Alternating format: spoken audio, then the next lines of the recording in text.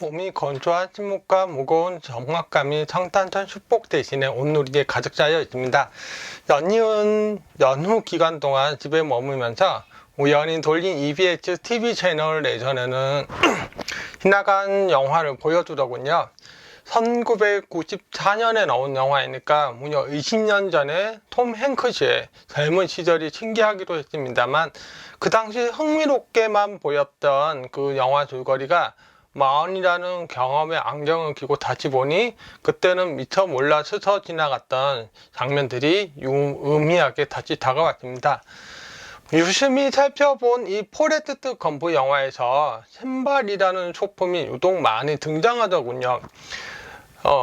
주인공이 어렸을 때 착용하였던 보행 보조기구 신발, 어린 시절 제니와 함께 나무 위로 던진 신발, 댄 중위에 절단된 신발, 성장한 제니가 고향 집으로 돌아와서 신발을 던지는 장면, 제니가 검프에게 새 신발을 선물하는 장면, 제니와 헤어진 후 선물을 받은 신발을 신고 미국 대륙을 뛰어다니는 장면, 검프와 결혼할 때 신발을 벗은 제니의 모습, 또는 이제 아들을 스쿨버스에 태워보낸 후에 먼 곳을 응시할 때 신발 위에 있던 그 깃털이 날아가는 장면으로 마무리 짓던 그 유명한 엔딩 장면에서도 모두 신발이 등장합니다. 감독은 영화의 어떤 의도적인 장치로서 신발을 이처럼 사용했을까요? 그리스 신화에서 신발은 운명을 뜻합니다. 오이디푸스나 테세우스, 이아손의 스토리에서는 신발 때문에 운명이란 소용 돌리에 휘말립니다. 신데렐라 동화에서도 보듯이 신분이라는 운명의 굴레를 유리 구두로 상징화되지요. 성경에서도 예수를 따르고자 하는 사람들에게 과거의 것을 버리라는 의미로 신발을 벗어 던지라는 구절이 나옵니다. 동양에서도 신발은 운명과 동일시하는데요.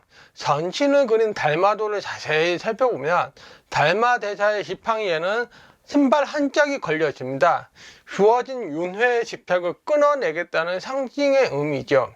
사실 이 신발은 우리가 죽은 후라야 비로소 벗을 수 있는 대표적인 부속물 중에 하나이니 신발이 곧 운명이라고 보아도 무방하겠죠.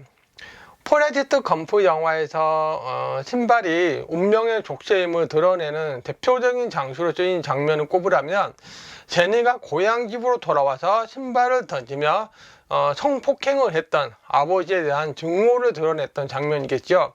포레스트 검프의 등장인물들은 거의 모두가 운명으로부터 사로잡혀 있습니다. 제니는 아버지로부터 씌어진 운명의 굴레 때문에 검프와의 만남에 있어서 너무나 먼 길을 돌아와야 했습니다. 댄 중위도 스스로 자랑스러워하며 받아들인 종이라는 운명이 신발조차 신을 수 없는 몸이 되자 사라진 그 운명을 그리워하며 방황을 합니다. 이처럼 주변인 모두가 운명의 무지막한 힘에 휘둘려 자아를 잃고 방황을 할 때 검프는 오히려 그런 운명을 순순히 받아들입니다. 다만 그 운명 안에서 자신의 생명의 뜀박질을 결코 멈추지 않습니다.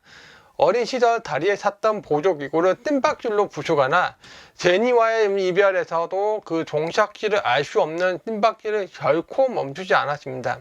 그 때문에 운명이 되어 검프의 뜀박질에 휘둘리죠. 등장인물이 순수하게 삶의 기쁨을 누렸던 장면에서는 거의가 맨발이었습니다. 검프가 방황을 끝낸 댄 융이를 만났을 때 환한 미소로 그 바다에 뛰어들었던 장면에서는 맨발이었고요. 제니가 마음의 상처를 치유하고 검프와의 결혼을 받아들여질 때에도 맨발이었습니다. 모든 속박에서 벗어난 모습은 이처럼 어느 것에도 얽매이지 않았기 때문에 영화를 보는 관찰자인 우리에게도 그 기쁨이 순수하고 찬란하게 온전히 다가올 수 있었던 겁니다. 그래서 영화 엔딩에서는 무엇보다도 무거웠을 운명의 무게가 깃털처럼 가벼움으로 바람에 날리는 것으로 마무리가 됩니다.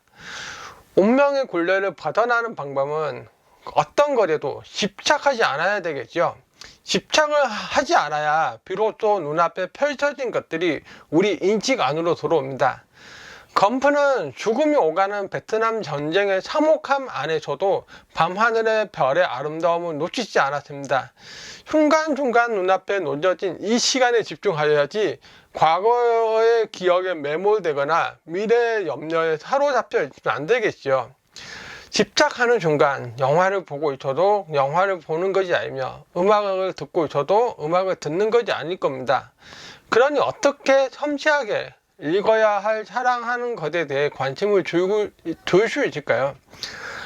그래서 과거의 신체장애나 미래의 염려 어느 것에도 얽매이지 않았던 검프는 순수하게 제니를 사랑할 수 있었던 거겠죠. 만약 검프가 자신의 장애와 평범하지 않았던 본인의 지능에 함몰되어 있었더라면 운명이 주는 그 후회와 절망에 짓눌려 그 어떠한 변화도 가져오지 못했을 것입니다. 영화를 보면서 저는 저의 청각장애에 대해 집착했던 과거의 모습이 자연스럽게 떠올랐습니다. 저는 과거에 청각장애로 인해 하지 못했던 다른 꿈들을 집착하게 되면서 너무나 괴로웠습니다. 아마도 지금 이 순간에서도 제가 지나온 그 길을 그대로 답습하고 있을 청각장애인 후배들이 많이 있겠죠. 하지만 포레스트 검프 영화가 신발이라는 매개체를 통해서 지속적으로 말하고자 했듯이 집착을 버려야 합니다. 청각장애라는 굴레에 집착을 하는 순간 평생 굴레에 꽁무니만 쏟아다닐 수밖에 없을 텐데 그 삶이 과연 행복하겠습니까? 일부 어떤 학부모는 자신의 자녀가 청각장애가 있음을 알게 된 순간부터 정상적이라는 헛것에 쫓겨 인공와우 수술과 언어치유 등 청각장애라는 굴레로부터 도망치려는 노력을 하게 됩니다. 자녀의 청각장애를 인정한 후에 언어치유를 시도하는 것과 청각장애를 인정하지 않는 채 언어치유를 시도하는 것은 엄청난 차이가 발생합니다. 굴레를 인정하는 것이야말로 굴레를 제대로 던져버릴 수 있을 것입니다. 이제는 잊어버린 헌재를 찾기 위해서라도 무거웠던 총명의 신발을 벗어버려야 되겠습니다. 새해에는 저와 더불어 모두가 그러하길 빕니다. 주어진 한계가 그렇다면 그 안에서 열심히 뜸박질 해보는 것은 어떨까요? 그러면 언젠가는 올마매었던 신발끈이 풀려져서 자유롭게 되지 않을까요? 맨땅이 주는 포근함과 부드러운 흙의 질감을 느낄 수 있지 않을까요?